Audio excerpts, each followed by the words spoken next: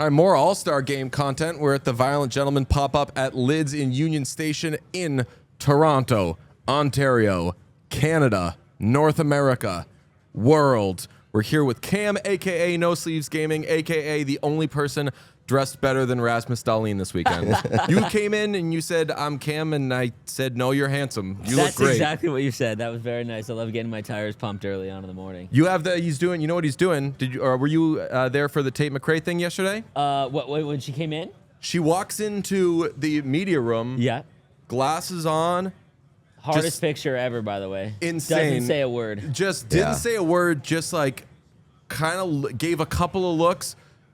Everyone took pictures, walked. It was the most I felt like we were in like a non-harmful, like it was the most I've ever seen a person objectified.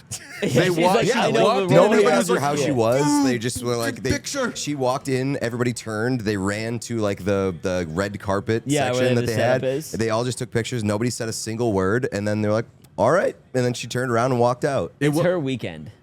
I mean, that's 100% her weekend. That's, man, like, we were kind of going back and forth amongst ourselves of, like, obviously, Bieber is the bigger celebrity, and Bublé has sold more albums, but the holy shit, how did they get this person of the weekend is Tate McRae, even if a lot of the older folks here don't know who she is. Bublé's got to like flex that he's on recreational drugs to get views now, I guess, which is also one of the most wild press conferences of all time. I think Michael Bublé getting blacklisted from NHL events is the story of the weekend. Like Michael Bublé of all people. So we were thinking of, because you go to these things and you run into, you have the same conversation when you see people, wait, what'd you get into last night? Oh, I was at this thing, and we were like, let's just make up some shit that we did and be like, oh, we were at, it says Caulfield there. Like, oh, we were at Caulfield's, Bieber played. It was wild. Michael Bublé was like doing much harder stuff than he was talking. Like, it was like a real. And now the thread's been pulled, so everyone's like, man, what a night. Dude, just think it's real.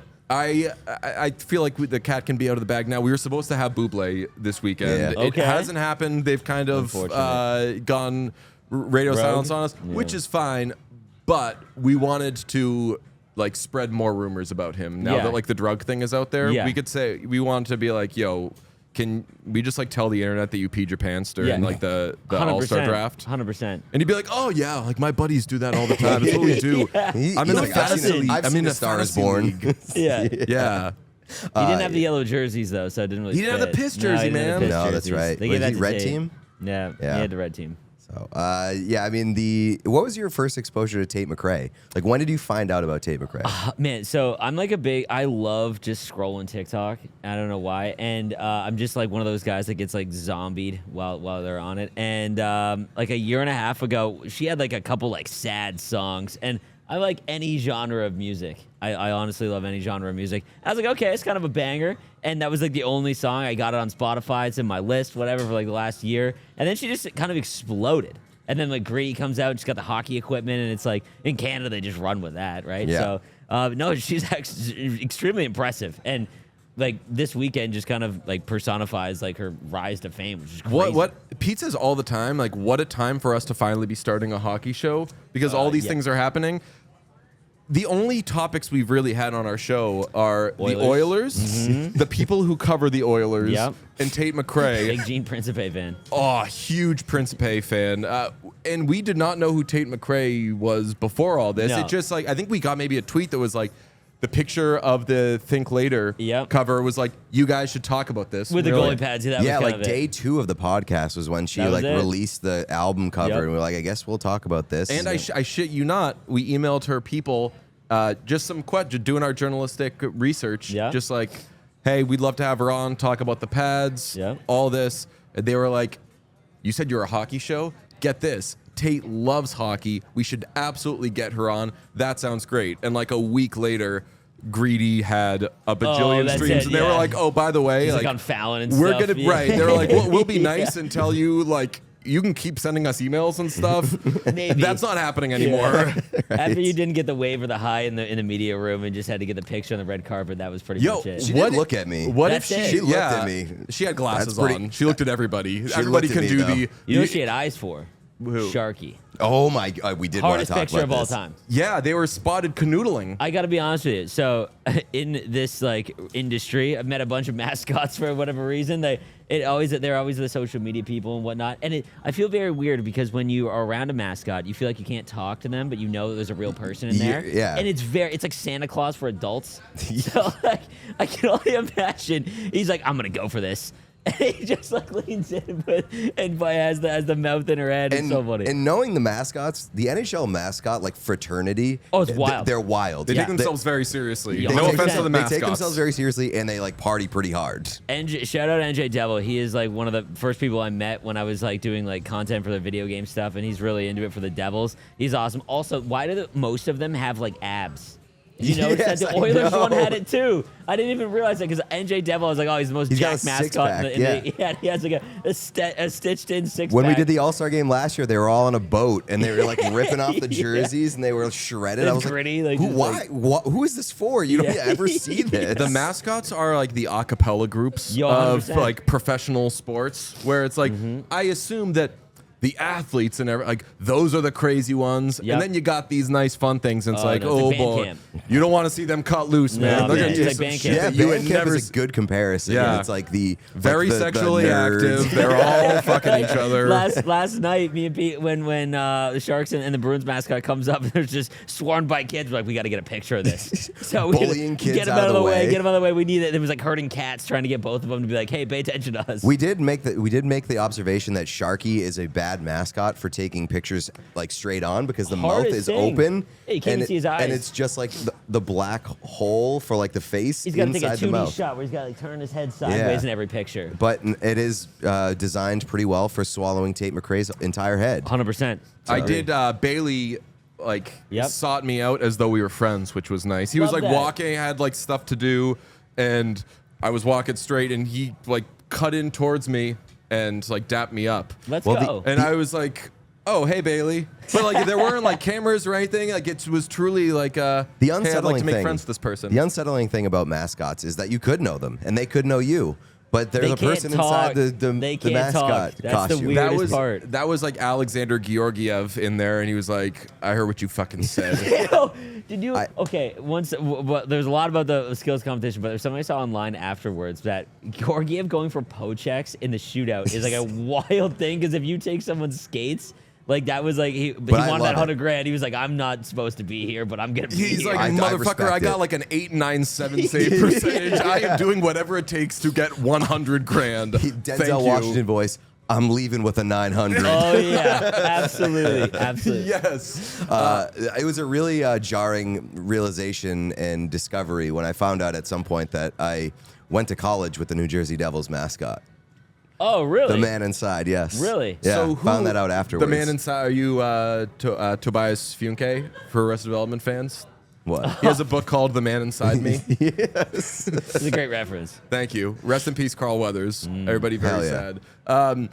What did you think of the skills competition? Because I have historically been like don't really care about it, except when motherfuckers take slap shots. There's nothing better in the world. Oh yeah, it's hard to make that boring. Give me that. Yeah. Sean and I were Austin Matthews did his best, though. Sean and I were cracking up at Austin Matthews going first in hardest shot. Yeah. Just like, dude, I know that like we're all happy to see Austin Matthews here. Let somebody else go. Yeah. It's like, Yeah, you're kind of piquing the crowd's interest there with Matthews going first. But I will say, so last year I got to go to the one in Florida, and that was like peak gimmick. They had like Yeah. kids and like magic tricks, and then the golf one was on the Jumbotron.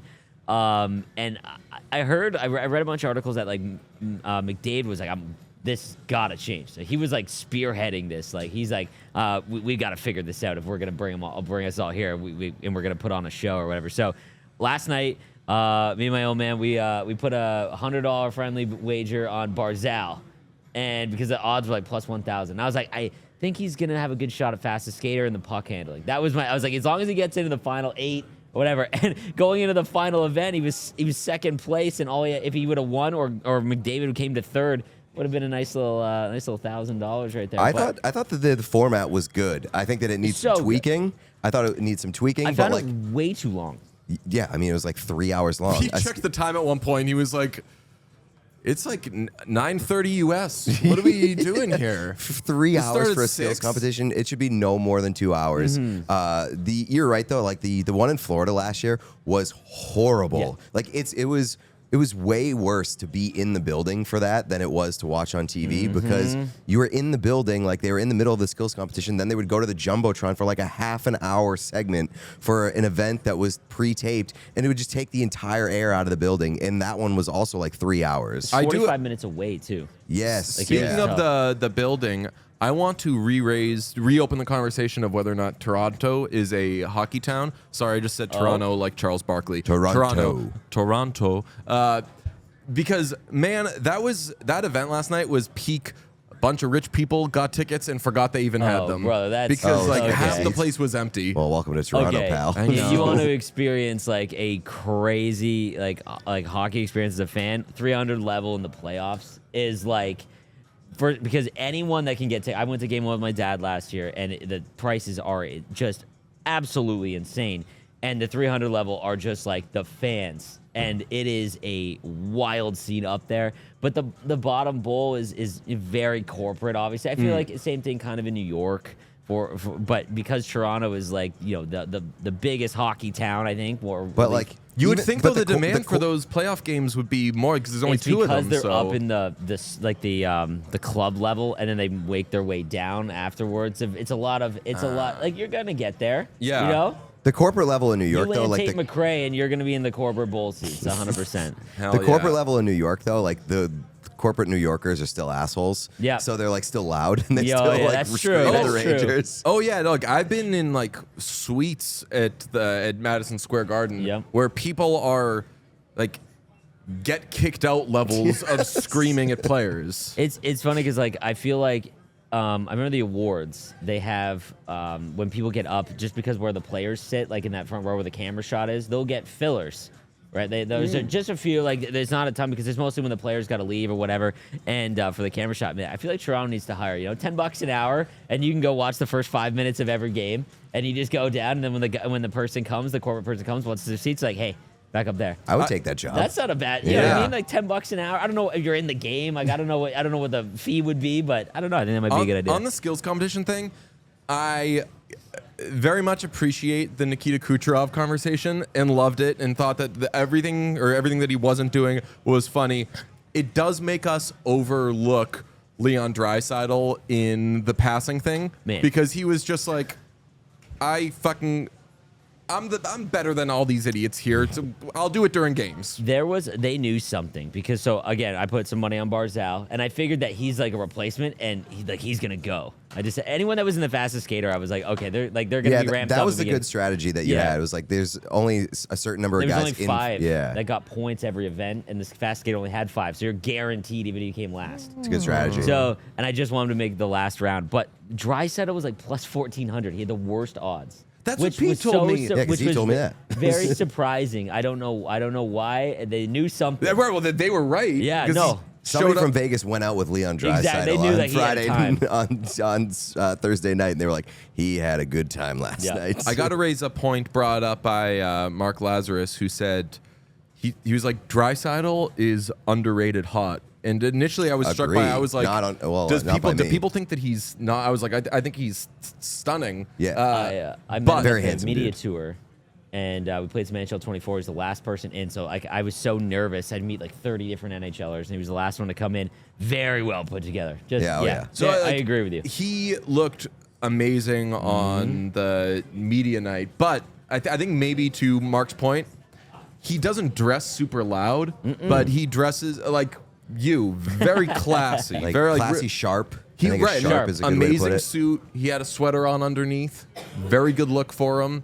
Hair clean. I'm just describing what Leon Draisaitl looks like. But he was like, you know what? This is where I'll put in my effort. Yeah, you motherfuckers see me on the ice at about 7:30 p.m. tomorrow. Look away. But I disagree on the Kucherov thing. I think the Kucherov thing was really lame and embarrassing. Oh, see, lame and embarrassing. Like if you're gonna be there, do it. Like he mailed it in. It was like defiant level of like not trying. It's the like I'm too cool for this kind of thing, and you're not. You're here at the All-Star game. Everybody is cool. Everybody's an All-Star. I'm with your take now. Part of me thinks that it's the persona, and like it's in Toronto, so he's getting booed. So Yeah. maybe I'll give him the benefit of the doubt. Maybe he like didn't want to put on a show because he's, it's Toronto's night, and he'll have his revenge probably in this summertime. Yeah. Like I get the everybody's here trying to have a good time, and like nobody really cares all that much. Like nobody's really like pedal to the floor, but I think McKinnon was. At least pretend to care. Yeah. Pretend to care, because like there are kids here. Like, it's what am I going to tell embarrassing. No, I do agree with that. A joke that nobody made, I was kind of surprised waiting for it, was so Pasternak comes out, gets booed, kisses the bee, and Love that. Yeah. They asked him about it after, and he was like, well, I thought that maybe I wouldn't get, like, I know that I'm a Bruin, they don't like me here, but like, I'm not Marshy, and I can't believe nobody was like, yeah, because he would have licked the bee. That's a good And that would have point. rocked if he came out and was just like, fingers up, like doing this. Amazing. Now I wish that we should have voted Brad Marchand in just to see what Toronto That would would have have been done. great for the scenes. Oh yeah. Why did we not? So our agenda on our show was to get Kirill Marchenko there. Okay.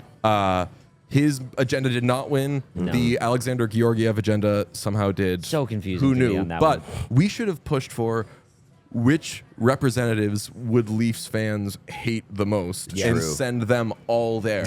Yeah, they will let the fans in Toronto will let them know. So Kucherov didn't get it too bad, and then he was so bad when it was like the puck handling one. The puck handling one where he's going through like he wiped out a little bit, Yeah. and then like, oh man, that was bad. I mean, He had a bad night. Which was it on the passing thing? Pedersen almost wiped out. He did probably wipe out. nervous. He did wipe out on like the where we were going through the cards. Yeah, we were going through the he cards. like knocked over his own card and he fell down. Oh man, yeah. So Lazarus disagreed with me on this, but I was like, I wouldn't want to do this shit. And he was like, but you can win money. And I was like, yeah, but still, like, even if I'm one of the best NHL players, I don't want to be the dude in the home run derby that shows up and hits like 2 home runs. Yeah, but that's like the risk you take. Like you can put on a You good can show show you're too. human. Yeah. I mean, McKinnon Austin Matthews last gave us a night. lot of entertainment in Oh, his that's hard true, shot. too. That's true. By sucking. What about McKinnon? McKinnon did like full normal McKinnon, where like he probably had his veggies before the game, and he went full. I was doesn't my have an Barzal off pick. switch. I was like, I'm nervous because McKinnon is trying to win this money. I've been surprised by McKinnon's like personality, and like he's been joking around this weekend, but like you're right in that like once he got on the ice, he was McKinnon. He was trying.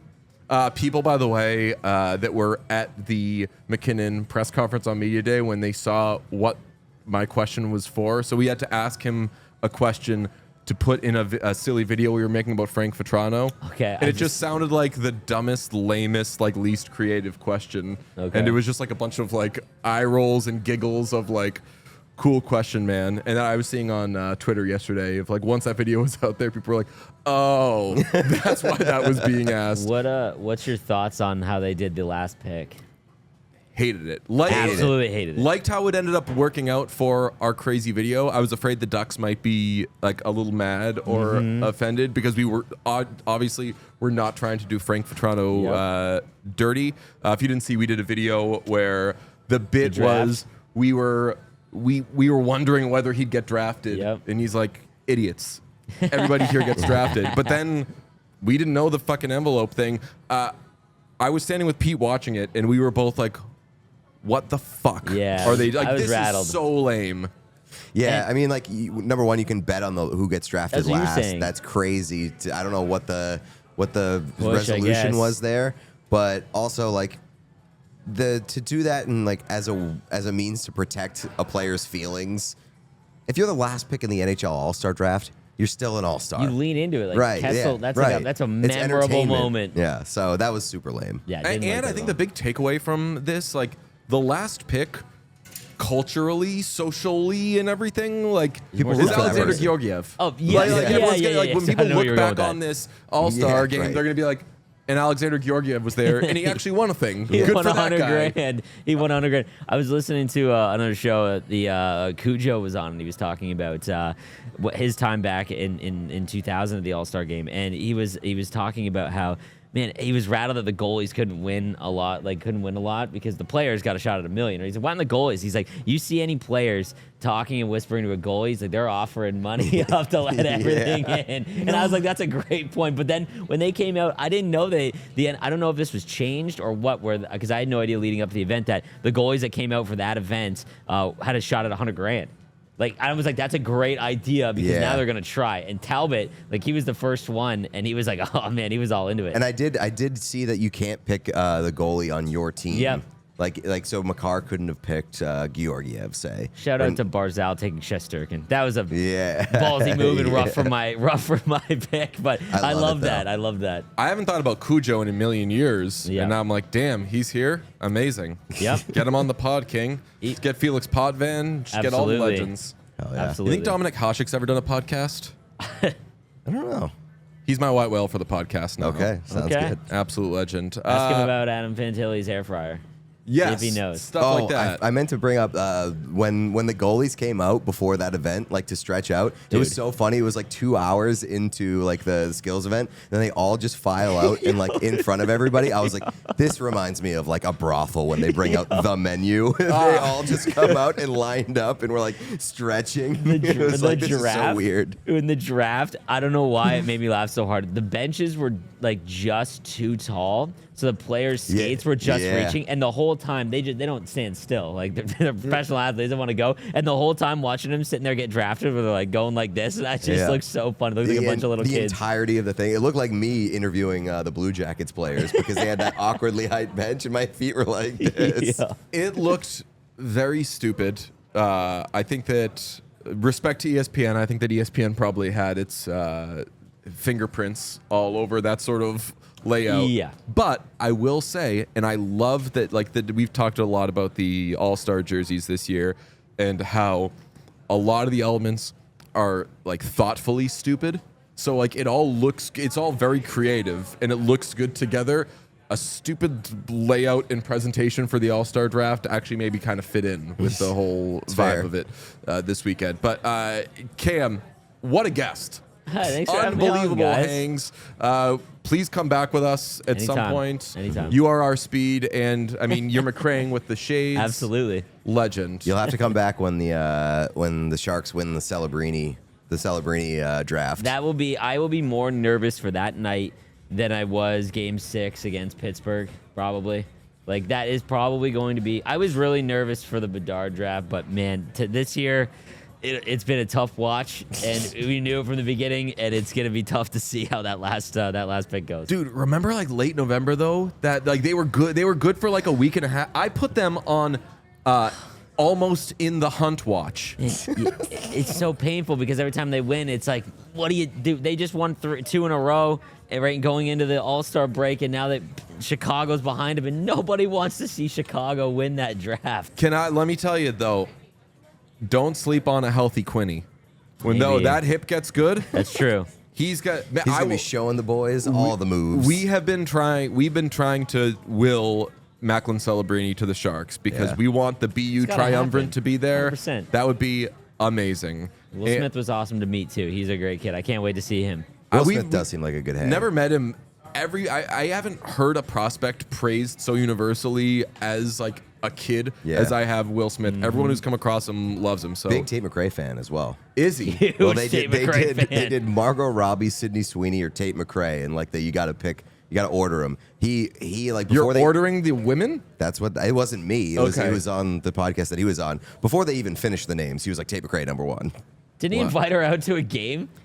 I think so. He did like the Daniel Nava. I'm gonna leave tickets for Aaron Andrews. And they asked him if he had ever slid in her DMs, and he was like, "Yeah, maybe." So that's hilarious. Prayers up, King. Well, if that's not you. Wait, you can't do that. You can't go after like your boy's girl. What do you mean? She's with Sharky. That's true. It's gonna be awkward. She's with Sharky. Sharky's not his boy yet. No. So he's clear. He's That's clear. true. There is going to be trouble in San Jose in the future Big years. training camp storyline. He better Gautier himself. Wait, you saying you can't go after Sharky? Can't go after? Like, I feel like Will Smith was there first. But she's with Sharky. I don't care. Like, I had a crush. That's true. Hey, That's true. You can't date this person on whom I've had a crush. Like, That's just an all-time picture. If she's choosing to date, if she's choosing to be with Sharky, then This is the love triangle that could tear the Sharks apart. you got to It could step be. aside, Will. Storylines.